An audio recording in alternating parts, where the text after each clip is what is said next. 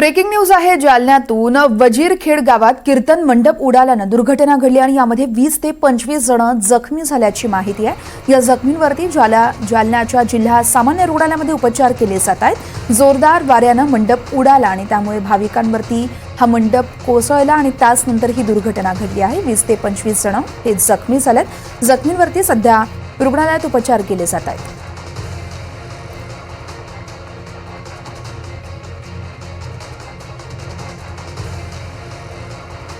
जालन्याच्या वजीरखेड गावातली ही सगळी घटना आहे। कीर्तन मंडप उडाल्यानं थेट 20 ते 25 जण जखमी झाल्याची माहिती आहे। या जखमींवरती जालन्याच्या जिल्हा सामान्य रुग्णालयामध्ये उपचार केले जात आहेत। जोरदार वाऱ्यानं मंडप उडाला आणि थेट भाविकांवरती येऊन कोसळल्यानं हे 25 ते 30 भाविक गंभीररित्या जखमी झाले आहेत। त्यांच्यावरती सध्या जिल्हा रुग्णालयात उपचार केले जात आहेत।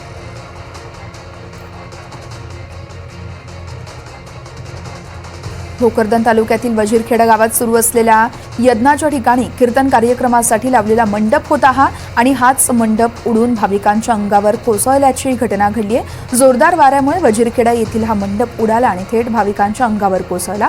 या घटनेत सुदैवानं कोणतीही जीवितहानी झाली नाही, मात्र 20 ते 25 भाविक हे गंभीररित्या जखमी झाले आहेत। जखमींवरती सध्या रुग्णालयात उपचार केले जात आहेत।